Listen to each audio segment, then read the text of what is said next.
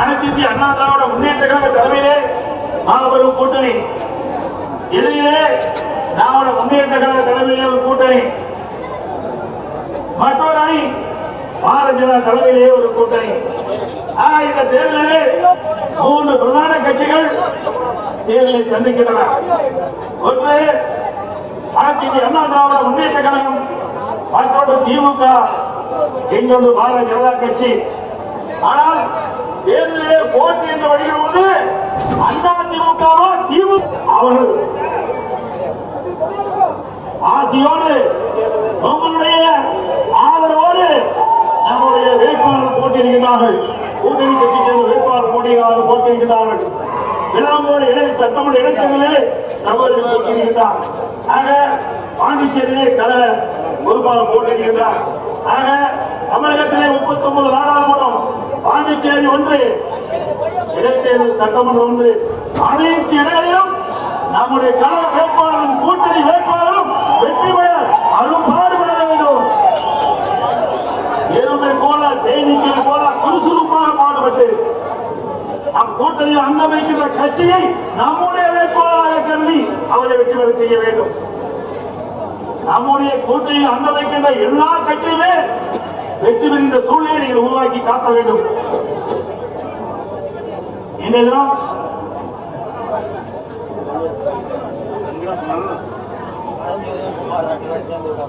திமுக தலைவர் ஸ்டாலின் பேசிக் கொண்டிருக்கின்றார். பல்வேறு 2 நாட்களாக 22ஆம் தேதி, 23ஆம் தேதி, 24ஆம் தேதி 3 கூட்டங்களிலும் அவர் பேசுவது ஒன்று பிரதமரை பற்றி விமர்சிப்பார், அதை பற்றி நமக்கு கவலை இல்லை. இன்னொன்று என்னை பற்றி விமர்சிப்பார். இது 2 தான் அவர் பேசியதை பார்க்கிறோம். வேற எதையுமே பேசுவதை காணோம். சரக்கு இருந்தா தானே பேச முடியும். ஒண்ணுமே இல்லையே, பொம்மை முதலமைச்சர் அவர் என்ன எதிர்பார்க்க முடியும்? அவர் பேசுறாரு, தமிழ்நாட்டை நம்ம குட்டிச்சாராயிட்டோமா, எடுத்துட்டோமா? அவர்களே, பொன்மனச்செம்மல் புரட்சி தலைவர் எம்ஜிஆர் இந்த மண்ணிலே பிறந்த காலத்தினாலே தமிழ்நாடு தப்பியது. குடும்பத்திலிருந்து தப்பிக்க வைத்தவர் பொன்மனச்செம்மல் புரட்சி தலைவர் எம்ஜிஆர். அதை காத்தவர் புரட்சி தலைவி அம்மா. பொன்மனச்செம்மல் புரட்சி தலைவர் எம்ஜிஆர், புரட்சி தலைவி அம்மா வழியிலே நாம் 4 ஆண்டுகளும் சிறப்பான ஆட்சியை தமிழ்நாட்டு மக்களுக்கு கொடுத்தோம். இன்றைக்கும் எந்த இடத்திற்கு சென்றாலும் அனைத்து இந்திய அண்ணா திராவிட முன்னேற்ற கழக ஆட்சி ஒரு பொற்கால ஆட்சி என்று இன்னைக்கு பேசுகிறார்கள் மக்கள். உங்களுடைய 3 திராவிட முன்னேற்ற கழக ஆட்சி ஒரு அலங்கோல ஆட்சி, மக்களோட ஆட்சி, அப்படித்தான் மக்கள் பார்க்கிறார்கள். இந்த 3 காலத்தில் என்ன செய்தீர்கள்? நாட்டு மக்களுக்கு சொல்லுங்கள். ஒண்ணுங்க எதுவுமே செஞ்சாதானே சொல்ல முடியும். ஆனா அண்ணா திமுகவில் எனக்கு முன்னாலே பேசினார்களே நம்முடைய கூட்டணி கட்சி தலைவர்கள், 10 ஆண்டு கால அண்ணா திமுக ஆட்சியிலே என்னென்ன திட்டங்களை கொண்டு வந்தோம் என்று உள் விவரத்தோடு அவர்கள் குறிப்பிட்டார்கள். ஒரே ஆண்டில் 11 மருத்துவக் கல்லூரியை கொண்டு வந்த சாதனை புரிந்த அரசாங்கம் அண்ணா திமுக அரசாங்கம். 6 சட்டக் கல்லூரியை நாங்கள் கொண்டு வந்தோம். பாலிடெக்னிக் கல்லூரி, பொறியியல் கல்லூரி, வேளாண்மை கல்லூரி, கால்நடை மருத்துவக் கல்லூரி, ஆராய்ச்சி நிலையம், இப்படி எண்ணற்ற கல்லூரிகளை கொண்டு வந்து தமிழகம் கல்வியிலே சிறந்த மாநிலம் என்ற பெயரை ஸ்டாலின் அவர்களே, நாங்களா தமிழ்நாட்டை கெடுத்தோம். ஒரு மருத்துவக் கல்லூரி கொண்டு வர முடிஞ்சுதா? 3 ஆண்டு காலத்தில் ஒரு மருத்துவக் கல்லூரி கொண்டு வர முடிஞ்சுதா? எப்ப பார்த்தாலும் ஸ்டாலினுடைய உதயநிதி ஸ்டாலின் ஒரு செங்கல் எடுத்துருக்காரு. அதுதான் 3 வருஷமா காட்டிட்டு இருக்கிறேன். 3 வருஷமா செங்கலை காட்டிட்டு இருக்கிறேன். எய்ம்ஸ் மருத்துவமனை கொண்டு வர வேண்டும் என்று எங்களுடைய இதய புரட்சி தலைவி அம்மா மத்தியிலே கோரிக்கை வைத்தார்கள். அந்த கோரிக்கையை ஏற்று மத்திய அரசாங்கம் எய்ம்ஸ் மருத்துவமனை மதுரையை கொண்டு வந்தது. நாங்கள் அந்த எய்ம்ஸ் மருத்துவமனையை விரைந்து கட்ட வேண்டும் என்று பல முறை நாங்கள் மத்திய அரசை வற்புறுத்திருக்கிறோம். ஆனால் நீங்கள் என்ன செய்தீர்கள்? இந்த செங்கலை நாடாளுமன்றத்தில் காட்ட வேண்டும், ரோட்ல காட்டி பிரயோஜனம் அல்ல. அதனால என்ன பயன்? விளம்பரத்திற்காக செங்கலை தூக்கி காட்டுறார். கப்ட மாத்தப்பா கதையை மாத்து. இதையே காட்டிட்டு வேண்டாம். 38 நாடாளுமன்ற உங்களுக்கு வந்தாங்க. 2019 திமுக கூட்டணி கட்சி சேர்ந்த 38 நாடாளுமன்ற உறுப்பினர்கள் உங்களுக்கு வாய்ப்பை தந்தார்கள். இந்த செங்கலை கொண்டு போய் அங்க காப்ப வேண்டியதானே? 38 பேரும் நாடாளுமன்றத்தில் காட்டி நிதியை பெற்று அந்த எய்ம்ஸ் மருத்துவமனை கட்டிருக்கலாம். இல்ல தில்லு திராணி தெம்பு இல்ல. கேட்க வேண்டிய இடம் நாடாளுமன்றம். அதுக்காகத்தான் திமுக கூட்டணி கட்சி சேர்ந்தவர்களை தேர்ந்தெடுத்து தமிழ்நாட்டு மக்கள் நாடாளுமன்றத்துக்கு அனுப்பி வச்சிருக்கிறாங்க. அங்க பிஞ்ச தேய்ச்சிட்டு வாய் மூடி மௌனம் சாச்சுட்டு இங்க வந்து செங்கலை தூக்கிட்டு இருக்கிறாங்க. உண்மையிலேயே எய்ம்ஸ் மருத்துவமனை மதுரையிலே விரைந்து கட்ட வேண்டும். அதற்கு தேவையான நிதி பெற வேண்டும் என்றால் நாடாளுமன்றத்திலே பொருட்படுத்த வேண்டும், அழுத்தம் கொடுத்திருக்க வேண்டும். நாடாளுமன்றத்திலே ஒத்து வைக்கின்ற அளவுக்கு 38 நாடாளுமன்ற இடத்திலே இருக்கிறார்கள். செய்யல, அதுக்கு துணிவு இல்ல, திராணி இல்ல. இங்க வந்து செங்கலை புடிச்சுக்கிட்டு மக்கள்கிட்ட வித்த காட்டிட்டு இருக்க. என்ன மக்கள் குடும்ப வச்சுட்டு இருக்க நினைக்கிறியா? தமிழ்நாட்டு மக்கள் அறிவாளிகள், தமிழ்நாட்டு மக்கள் விவரமானவர்கள். நீ சொன்னதெல்லாம் நம்பருக்கு தயாரா இல்ல. எனக்கு முன்னாலே சொன்னாங்களே, இங்க கூட நீட் தேர்வை பத்தி சொன்னாங்களே, இப்போ நீட் தேர்வு எடுத்துக்கிட்டாங்க. நீட் யார் கொண்டு வந்தது? உனக்கு தெம்பு திராணி இருந்தா நேரடியா நான் மைக்கு பிடிக்கிறேன், நீயும் மைக்கு பிடி, பேசு. யாருடைய ஆட்சியில கொண்டு வந்தது? இருக்குது, ஆதாரம் இருக்குது. Notification MCI medical council of India 2010 December 21 மத்திய அரசு வெளியிடுறாங்க. அப்ப மத்திய காங்கிரஸ் ஆட்சி, திமுக இணை அமைச்சர் நாமக்கல் காந்தி செல்வன் இருக்கிறார். அப்ப தயார் நீட் தேர்வு கொண்டு வந்தது திமுக. அப்ப ஆட்சியிலிருந்து காங்கிரஸ் கட்சி ரெண்டு பேரும் மாறி மாறி பொய்ய பேசி மக்களை ஏமாற்றுகின்ற கட்சி திராவிட மாடல் கட்சி என்று சொல்கின்ற திமுக கட்சி. அதோட இதற்கு பரிகாரம் காண்பதற்காக அரசு வழியில் படிக்கிற மாணவ செல்வங்கள், ஏழை மாணவர்கள், கிராமப்புற மாணவர்கள், நகரத்தில் இருக்கின்ற சாதாரண அடித்தட்டிலே வாழ்கின்ற மக்களுடைய குழந்தைகள் அரசு பள்ளியிலே 41% படிக்கின்றது. சுமார் 3,80,000 பேர் அரசு பள்ளியிலே படிக்கின்ற மாணவ செல்வங்கள். நான் முதலமைச்சர் இருந்த காலத்துல 2017-18 அரசு ஒதுக்கீடு, அந்த மருத்துவ கல்வி இடஒதுக்கீடு 3145 இடங்கள், 3145 இடங்கள். அதுல அரசு பள்ளியில் படித்த மாணவர்கள் மாணவிக்கு வெறும் 9 இடம் கிடைச்சது. வெறும் 9 இடம் கிடைச்சது. நான் சிந்தித்தேன், எதிர்கட்சி கோரிக்கை வைக்கல, மக்கள் கோரிக்கை வைக்கல. நானும் அரசு பள்ளியிலே படித்த மாணவன், சாதாரண பள்ளிக்கூடத்திலே கிராமத்திலே படித்தவன். என் மனதிலே தோன்றியது, ஏன் ஏழை குடும்பத்திலே பிறந்த மாணவன் மாணவி ஏன் மருத்துவக் கல்லூரியில் படிக்கக்கூடாது, பல் மருத்துவக் கல்லூரியில் படிக்கக்கூடாது? அந்த வாய்ப்பை எப்படி உருவாக்கி தர வேண்டும் என்று என்னுடைய மூத்த ஐஏஎஸ் அதிகாரி கலந்து பேசினேன், சட்ட வல்லுநரோடு கலந்து பேசினேன். இதுக்கு ஒரு சட்டத்தை கொண்டு வந்து நிறைவேற்றினால் அந்த வாய்ப்பு அவர்களுக்கு கிடைக்கும் என்று சொன்னார்கள். அதை நாங்கள் செய்தோம். அதன் மூலமாக 7.5% மருத்துவ கல்வியிலே அரசு பள்ளியை படிக்கின்ற மாணவனுக்கு 7.5% உள்ளூர் இடஒதுக்கீடை கொண்டு வந்து சட்டம் இயற்றப்பட்டு அமல்படுத்தி அரசாங்கம் அண்ணா திமுக அரசாங்கம். அவர்களுக்கு ₹1 கூட செலவு கிடையாது. அந்த மருத்துவ கல்வி கட்டணத்தை அரசாங்கமே செலுத்தும். ₹1 செலவிடாம கிராமப்புறத்திலிருந்து நகரப்புறத்தில் வரைக்கும் ஏழை எளிய குடும்பத்தில் பிறந்த மாணவர்கள் எம்பிபிஎஸ் டாக்டர் ஆகிறாங்க, பல் மருத்துவர் ஆகிறாங்க. இதுதான் திரு ஸ்டாலின் அவர்களே சாதனை. சாதனை சாதனை என்று சொன்னா வாயில சொன்னா போதாது, சர்க்கரையும் சொன்னா போதாது, வாயில போட்டா தான் நிற்கும். அதுபோல நீங்கள் வெற்றி அறிவிப்பின் மூலமாக நாட்டு மக்களை ஏமாற்ற முடியாது. நாங்கள் சேவை செய்திருக்கின்றோம், மக்களுக்கு நன்மை செய்திருக்கின்றோம், நேரடியாக மக்களை சந்தித்து சேர்க்கின்றோம். இப்படிப்பட்ட 7.5% அதில் இடம் கிடைத்தவர்கள் 2160 பேர். 2160 பேர் அரசு பள்ளியை படித்த மாணவ மாணவிகள் MBBS டாக்டராக படிச்சுட்டு இருக்காங்க. அது மருத்துவராக கல்வி பயின்று இருக்காங்க.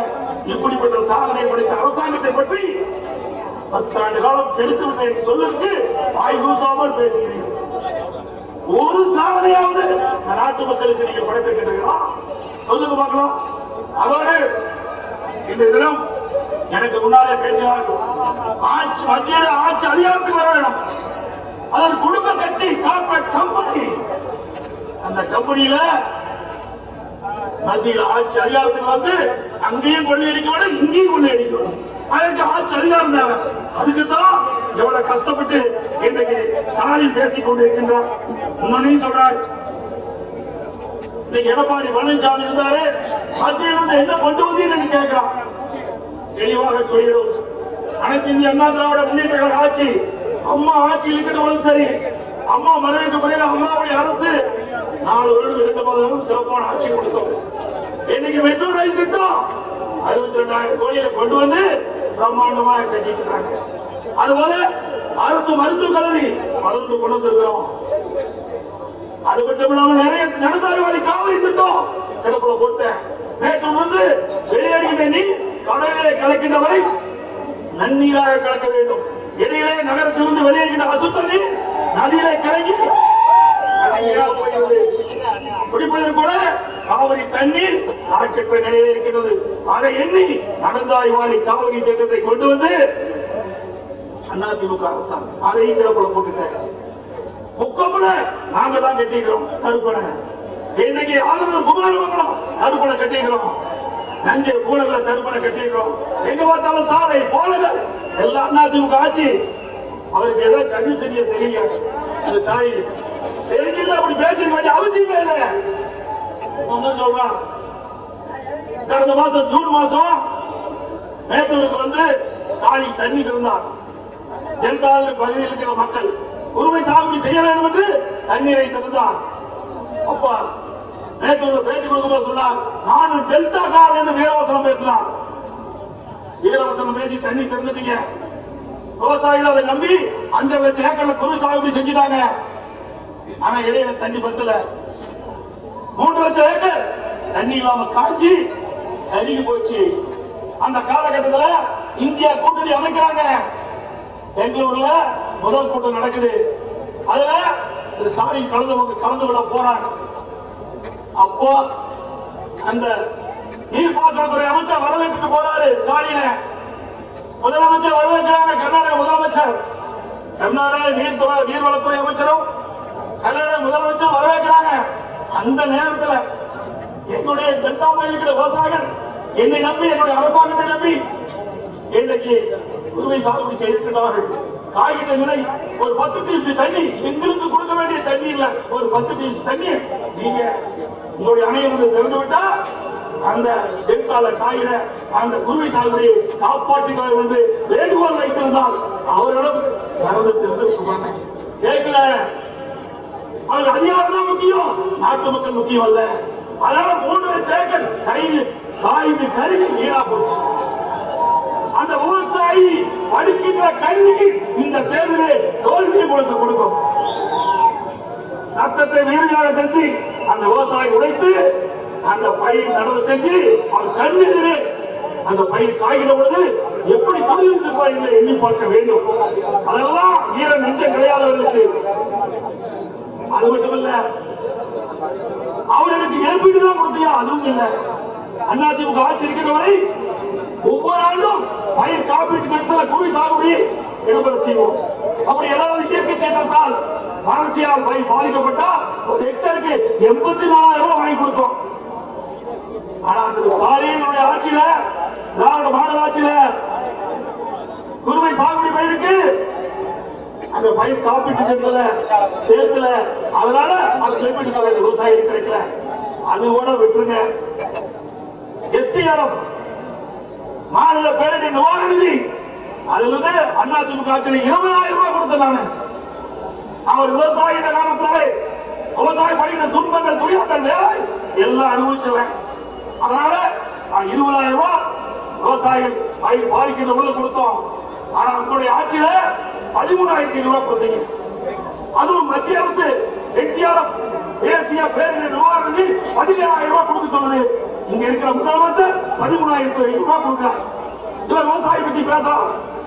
இன்னைக்கு பேசுகிற பொழுது விவசாயி எடப்பாடி பழனிசாமி விவசாயி என்று சொல்லிக்கொண்டு பச்சை துண்டை போட்டுக்கொண்டு பச்சை போய் பேசுகிறார் என்று. யார் பச்சை போய் பேசுவது சொல்லுங்க? யாரு? நானா ஸ்டாலினா? ஸ்டாலின் அவர்களே, விவசாயிகளுக்கு எங்களுடைய ஆட்சியில எண்ணற்ற திட்டங்களை நாங்கள் கொண்டு வந்து சாதனை படுத்திக் கொண்டோம்.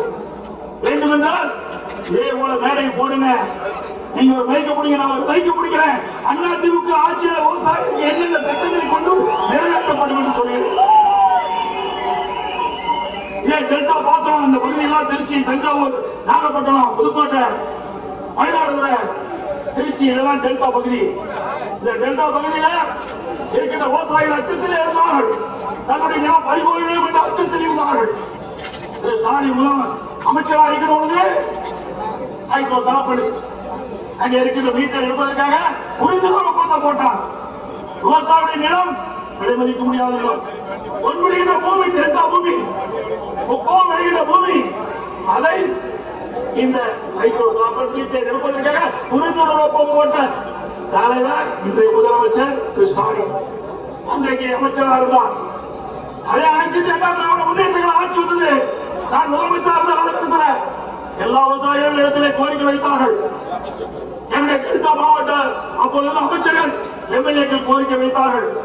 எங்களுடைய பகுதி பாலைவனமாகிவிடும், இதை காப்பாற்றுங்கள், விவசாயிகள் அச்சத்திலே உழைந்து போயிருக்கிறார்கள் என்று கோரிக்கை வைத்துள்ளது. நான் சட்ட ரீதியாக மத்திய அரசை சந்தித்து இன்றைக்கு டெல்டா பாசனத்திலே இப்படிப்பட்ட எந்த திட்டமும் கொண்டு வரக்கூடாது என்பது இன்றைக்கு பாதுகாக்கப்பட்ட வேளாண் மண்டலம் என்ற அற்புதமான சட்டத்தை கொண்டு வந்து நிறைவேற்றினோம். என்னுடைய ஆட்சி திறமையான ஆட்சி என்பதற்கு சான்று நிறைவேற்ற வேண்டும். ஸ்டாலின் அவர்களே, 10 ஆண்டு காலத்தில் இன்னைக்கு ஆட்சியை எடுத்து விட்டீர்கள், தமிழ்நாட்டை கெடுத்து என்று சொன்னீங்களே. நாங்களா தமிழ்நாட்டை கெடுத்தோம்? பொன்முடிகின்ற பூமியில மிகப்பெரிய நிறுவனத்திற்கு தாரவாக்க போட்டீங்களே, நீங்க தான் கெடுத்தீங்க. அது மட்டுமல்ல, இன்னைக்கு மேகநாடு இன்னைக்கு காவிரியில் வருகின்ற தண்ணீரை மேகநாடு என்ற இடத்திலே அங்கே ஒரு அணை கட்டி தண்ணீரை தேக்க கர்நாடக அரசு துடித்துக் கொண்டிருக்கிறது. ஒரு வாரத்துக்கு முன்பு நீர்ப்பாசனத்துறை அமைச்சர் சொல்கிறார், ஒரு சுத்து தண்ணீர் கூட தமிழ்நாட்டுக்கு கொடுக்க மாட்டேன் என்று. அங்க இருக்கிற முதலமைச்சர் சொல்கிறார், மேகநாதிலே அணை கட்டிய தீர்வு என்று சொல்கிறார். நம்முடைய தமிழ்நாடு முதலமைச்சர் திரு ஸ்டாலின் வாயே திறக்கல.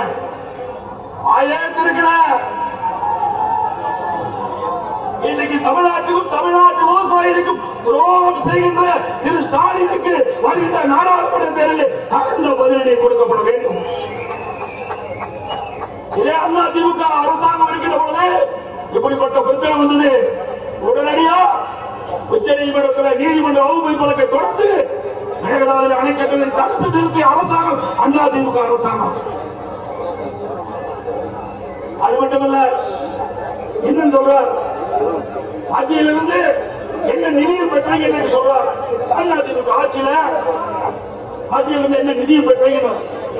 12 ஆண்டு காலம் மத்திய ஆட்சியில் இடம்பெற்றது திமுக, காங்கிரஸில் இடம்பெற்றிருந்தாங்க, பிஜேபியில் இடம்பெற்றிருந்தாங்க. 1999 பாரதிய ஜனதாவோட கூட்டணி வைத்து 5 ஆண்டு காலம் அமைச்சராக இருந்து அதிகாரத்தில் இருந்து அனுபவித்தவர் திமுக கட்சி. உடனடியா காங்கிரசுக்கு போனாங்க. 5 வருஷம் ஆட்சியில் இருந்தாங்க. இப்படி 12 ஆண்டு காலம் மத்திய ஆட்சி அதிகாரத்தில் இருந்தபோது தமிழ்நாட்டுக்கு என்ன கொண்டு வந்தீர்கள்? அதுவும் தமிழ்நாட்டை சேர்ந்த காங்கிரஸ் கட்சியை சேர்ந்த ஒருவர் நிதியமைச்சராக இருக்கின்றார். அவரை முறையாக அணுகி தமிழ்நாட்டிற்கு இந்த திட்டத்திற்கு இவ்வளவு நிதி வேண்டும் என்று நீங்கள் கேட்டிருந்தால் கிடைத்திருக்கும். அதுவும் செய்ய தவறிவிட்டீர்கள். ஆக தமிழ்நாட்டிற்கு துரோகம் செய்த கட்சி திமுக கட்சி. ஆட்சி அதிகாரத்தில் மத்தியில் இருக்கிற பொழுது நீங்கள் எதையுமே செய்யல. குடும்பத்தான் பார்த்தீங்க. குடும்பத்தில் இருக்கிற உறுப்பினர்கள் அதிகாரத்துக்கு வர வேண்டும் என்கிறீர்கள். நாட்டு மக்களை பற்றி கவலை இல்லை, கவலைப்படவில்லை. ஆகவே சிந்திக்க வேண்டும். இவர்கள் வேட்பாளர் வெற்றி பெற்று வந்தா நாடாளுமன்றத்தில் என்ன செய்ய போறாங்க? 38 நாடாளுமன்ற 2019 கொடுத்தீங்களே, 5 ஆண்டு காலம் நாடாளுமன்றத்தில் என்ன செய்தார் என்பதை நீங்கள் சிந்திக்க வேண்டும். அதே நேரத்தில் அனைத்து இந்திய அண்ணா திராவிட முன்னேற்ற கழக நாடாளுமன்றங்கள் 2014 37 பேர் தேர்ந்தெடுத்தீர்கள் தமிழ்நாட்டின் சார்பாக. அந்த 37 பேர் சிறப்பான முறையில் நாடாளுமன்றத்தில் பணியாற்றினார்கள். உச்ச நீதிமன்றத்திலே காவிரி நதிநீர் பிரச்சனை தீர்ப்பு வந்தபோது அந்த தீர்ப்பை அமல்படுத்த மத்திய அரசு காலம் தாழ்த்தியது. உடனடியாக நம்முடைய நாடாளுமன்ற அனைவரும் ஒன்று சேர்ந்து 22 நாட்கள் நாடாளுமன்றத்தை ஒத்தி வைத்த கட்சி அதிமுக கட்சி. அதிமுக நாடாளுமன்றம் கூட்டணியில் அங்க வச்சாலும் தமிழ்நாட்டு மக்களுடைய பிரச்சனை என்று வருகிற பொழுது, நம்முடைய உரிமை என்று வருகிற பொழுது, உரிமையை பெறுவதற்காக 22 நாட்கள் நாடாளுமன்றத்தை நாங்கள் ஒத்தி வைத்தோம். அதன் மூலம் மத்திய அரசுக்கு அழுத்தம் கொடுத்து அதன் விளைவாக காவிரி மேலாண்மை ஆணையம், காவிரி நீர் முறைப்படுத்த குழு மத்திய அரசு அமைச்சது. இப்படி அனைத்து இந்திய அண்ணா திராவிட முன்னேற்ற கழக நாடாளுமன்றம் வெற்றி பெற்று வருகிற பொழுது இந்த தமிழ்நாட்டு மக்களுடைய உரிமையை காப்போம், தமிழ்நாட்டு மக்களுக்கு தேவையான நிதியை பெறுவோம், தமிழ்நாடு வளர்ச்சி பெறுவதற்கு நாங்கள் அடித்தளமாக விழுங்குவோம். ஆனால் திமுக அப்படி அல்ல. அவருடைய குடும்ப உறுப்பினர் ஆட்சி அதிகாரத்துக்கு வர வேண்டும் என்பதற்காக துடித்துக் கொண்டிருக்கிற கட்சி திமுக கட்சி. எனக்கு முன்னாலே சொன்னார்களே, 2G ஸ்பெக்ட்ரம் ஊழல் 1,72,000 கோடி மீண்டும் நீதிமன்றத்தில் தூசி தட்டி எடுத்திருக்கிறாங்க. விவாதத்தில் தெரியா இருக்குது, யாராவது போவாரும் தெரியல. அதே போல இங்க இருக்கிற அமைச்சர்கள் ஊழல் குற்றச்சாட்டிலே தப்பிக்கவே முடியாது. நீதிமன்றத்தில் படிக்கட்டு ஏறி இறங்கிட்டு இருக்கிறாங்க. அவர்களும் விரைவாக எங்க போகணுமோ அங்க போவாங்க. அது மட்டுமல்ல, இங்க போதை பொருள் பற்றி சொன்னாங்க. இன்னைக்கு திமுக கட்சியில அங்கம் வைக்கின்ற ஒரு நபர் ஜாபர் சாதிக் என்ற அந்த சென்னை மேற்கு மாவட்ட அயலக அணி துணை அமைப்பாளர். உலகத்தில் அயலக அணி அமைதியா வச்சிருக்காங்க. இது மாதிரி கடத்தல் வச்சிருப்பாங்க போல இருக்குது. எந்த கட்சியிலாவது அயலக அணியில் வச்சிருக்கிறாங்களா? அப்படி ஒரு பேரை வச்சு அது ஒரு பொறுப்பாளரை போட்டு அந்த பொறுப்பாளர் வெளிநாட்டுக்கு போதைப் பொருள் கடத்திட்டு இருக்க. பல ஆண்டு காலமாக பல ஆயிரம் கோடிக்கு போதைப் பொருளை கடத்திருக்கிறார். தமிழ்நாடு போதைப் பொருள் மாநிலமாக மாறுவதற்கு காரணம் திமுக நிர்வாகிகள். இன்னும் சொல்ல போனா 2022-23 மறுவிலக்கு ஆயத்திலே கொள்கை விளக்க குறிப்பிட பக்கம் 22 திரு ஸ்டாலின் சட்டமன்றத்திலே தாக்கல் செய்தது. பள்ளிக்கு அருகில கல்லூரிக்கு அருகில கஞ்சா விற்கப்படுகிறது. அது கண்டறியப்பட்டவர்கள் 2138 பேர் கஞ்சா விற்பனை செய்ததாக பள்ளிக்கு கல்லூரிக்கு அருகில 2038 பேர் ஸ்டாலின் வெளியிட்டிருக்காரு. அதுல கைது செஞ்சது 148 பேர். மக்கள் எங்க போனாங்க? கஞ்சா வச்சாலும் கூட்டம், விற்றாலும் கூட்டம், கொண்டு போனாலும் கூட்டம். அப்படி இருக்கின்ற பொழுது திரு ஸ்டாலினே கொள்கைகளுக்கு குறிப்பிட்டிருக்கார். 2138 பேர் கஞ்சா வைத்திருக்கிறார் கண்டுபிடிக்கப்பட்டு சொன்னா ஏன் கைது பண்ணல? எல்லாம் திமுக காரங்க. அவர் எங்க போய் கைது பண்றது? எங்க போதைப் பொருளை போய் தடுக்கிறது? அப்புறம் டிஜிபி இருந்தார், சைலேந்திர பாபு டிஜிபி இருந்தார். அவர் அப்பா அடிக்கடி சொல்லுவார், அந்த கஞ்சா ஆபரேஷன் O2, O3, O4 எங்க போய் செஞ்சாங்க? கஞ்சாவை கண்டுபிடிச்சாரு. அவர் காலத்துல பத்திரிகையில் பாத்தீங்கன்னா கஞ்சா ஆபரேஷன் O2, O3, O4 கிட்டரை போனதான் மிச்சம். இப்படி திமுக ஆட்சியில சட்டம் ஒழுங்கு அழுகோடு சீர்வது விட்டது. எனக்கு முன்னாலே பேசிய கூட்டணி கட்சிகள் தலைவர் சொன்னது போல இறந்தோரு கொலை, கொள்ளை, திருட்டு, வெளிப்படை, பாலியல் என்பது நடக்காத நாளே இல்லை. அப்படிப்பட்ட ஒரு அவல ஆட்சியை செய்கின்ற திரு ஸ்டாலின் அதிமுக ஆட்சியை பற்றி குறை சொல்றார். ஸ்டாலின் அவர்களே, உங்களுடைய ஆட்சியில் என்னென்ன செஞ்சார் என்பதை நாட்டு மக்கள் அறிவார்கள். அது மட்டுமல்ல, தேர்தல் பத்திரம் 656 கோடிக்கு வாங்கி இருக்கிறேன். 3 ஆண்டுல 2021, 22, 23 மூன்றாண்டுல 656 கோடி தேர்வு பத்திரத்தை அதிகமா வாங்கினது தமிழ்நாட்டில் ஸ்டாலின் குடும்பம். நீங்க எங்களை பத்தி ஊழல் பத்தி பேசுறதுக்கு என்ன அறிகுறி இருக்குது? இதெல்லாம் 2026 அண்ணா திமுக ஆட்சி மலரும். குப்பத்தெல்லாம் தள்ளி குடித்து வேண்டும். அது மட்டுமல்ல, இப்பொழுது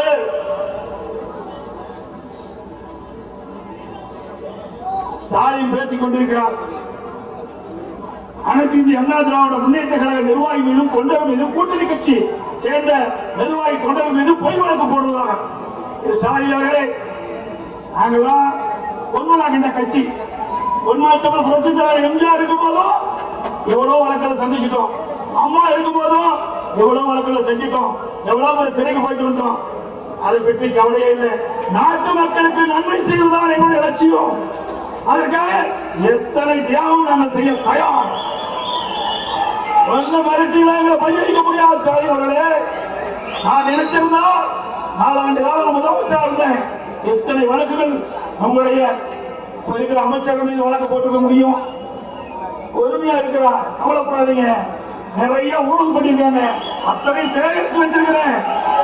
2020 ஆட்சி வளர்கிற பொழுது பாருங்க, முதலமைச்சர் என் மீது வழக்கு போட்டு விரட்டி பார்த்தார். உச்ச நீதிமன்றம் வரைக்கும் போய் மீண்டும் உயர்நீதிமன்றம் வந்து வழக்கு நடத்த முன் வந்தேன். வழக்கு போட்ட ஆர்எஸ் பாரதி அந்த வழக்கு வாபஸ் வாங்கன்னு சொன்னார். நான் இல்ல, நீதிமன்றத்தில் நான் வழக்கு நடத்தும் சொன்னேன். வழக்கு நடத்தி நிரபராதி என்று வெளியில் வந்திருக்கிற ஸ்டாலின் அவர்களே, அந்த துணிச்சல் உங்களுக்கு இருக்குதா? புதிய தலைமைச் செயலம் கட்டுவத ஊழல் நீதிமன்றத்தில் இருக்குது. அடையாளம் வாங்கி வச்சிருக்கிற என்னை போல நீதிமன்றத்தில் நிரபராதி என்று சொல்லுவதற்காக உன்னால முடியுமா? வழக்கு நடத்த தயாரா? அண்ணா திமுக பொறுத்த வரைக்கும் மடியிலே கனமில்லை, வழியிலே பயமில்லை. ஸ்டாலின் அவர்களே, நான் தொண்டனாக இருந்து இடைச் செயலாளராகி என்னையான பொதுச் செயலாளராக இருக்கின்றேன். எந்த ஒரு தொண்டனுக்கு எந்த பிரச்சனை வந்தாலும் நாங்கள் உங்களுக்கு துணை இருப்போம். அதேபோல மேடையில வீட்டுக்கின்ற கழக நிர்வாகிகளுக்கு எந்த பிரச்சனை வந்தாலும் என் உயிரை கொடுத்தாலும் உங்களை காப்பாற்றுவோம். நான் எல்லாவற்றையும் பார்த்துவிட்டு தான் இந்த பதவிக்கு வந்திருக்கின்றேன். ஸ்டாலின் அவர்களே, நான் சிறு வயதிலிருந்து இன்றைக்கு இந்த வயது வரை பல்வேறு சோதனைகளை தாண்டி வந்திருக்கின்ற ஸ்டாலின் அவர்களே, உங்களுடைய மிரட்டல் உறுப்பினருக்கெல்லாம் நாங்கள் பயமல்ல. அதுக்கெல்லாம் அதிமுக அல்ல.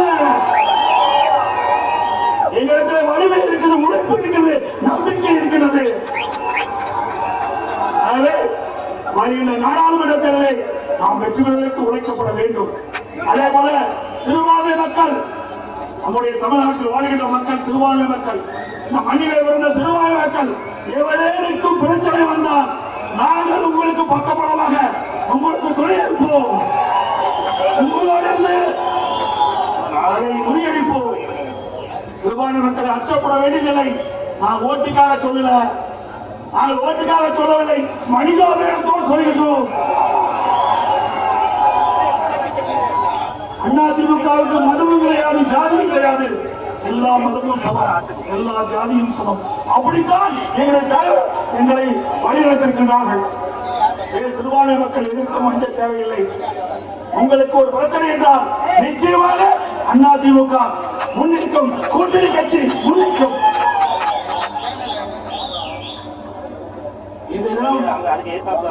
இந்த நாடாளுமன்ற தேர்தல் திமுகவுக்கு மரணடி குடிக்கின்ற தேர்தலாக இருக்க வேண்டும். இந்த தேர்தலோடு திமுக என்ற கட்சி காற்றோடு கரைய வேண்டும்.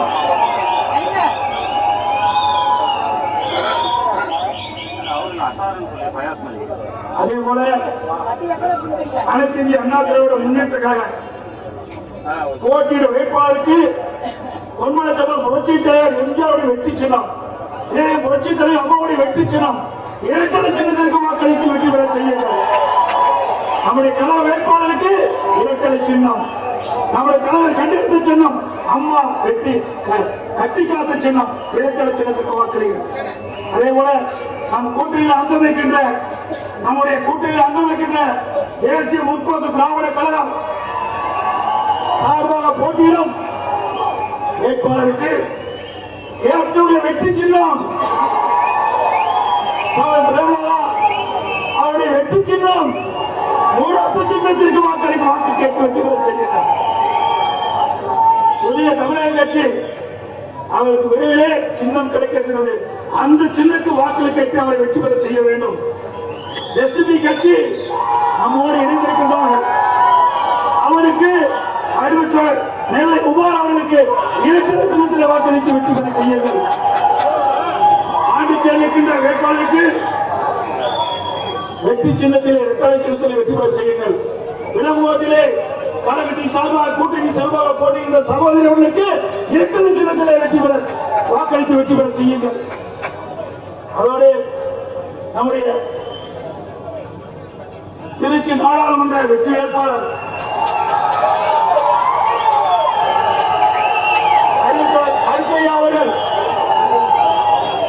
அவர்களுக்கு இரட்டை சின்னத்திலே வாக்களித்து வெற்றி பெற செய்யுங்கள்.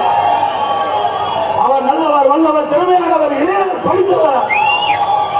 டெல்டா மாவட்ட மக்களுடைய குறைகளை உங்களுடைய குரல் நாடாளுமன்றத்திலே கருப்பையா மூலம் ஒழிக்கும். அவரை பல லட்சம் வாக்கு வித்தியாசத்தில் வெற்றி பெற செய்யுங்கள்.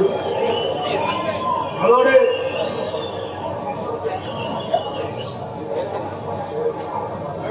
தமிழர் உரிமை மீட்போம், தமிழர் உரிமை மீட்போம், தமிழ்நாடு காப்போம், தமிழர் உரிமை மீட்போம், தமிழ்நாடு காப்போம்.